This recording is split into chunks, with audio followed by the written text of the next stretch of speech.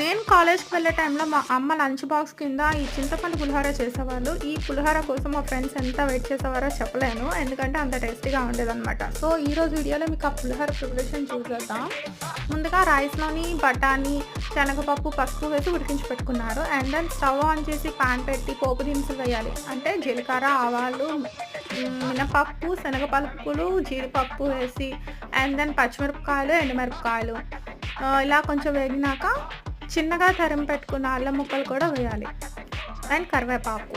ఇవంతా బాగా వేగిన తర్వాత ముందుగా నానబెట్టుకున్న చింతపండు రసం అండ్ ఇంగువ అండ్ రుచికి సరిపడా సాల్ట్ వేసి ఈ చింతపండు దగ్గరికి మగ్గేంత వరకు ఉడికించిన తర్వాత స్టవ్ ఆఫ్ చేసి ముందుగా మనం ఉడకబెట్టి ఉంచుకున్న రైస్‌ని ఇందులో వేసి ఒకసారి బాగా కలుపుకొని సర్వ్ చేసుకొని తింటే టేస్ట్ అయితే చాలా అంటే చాలా బావుంటుంది.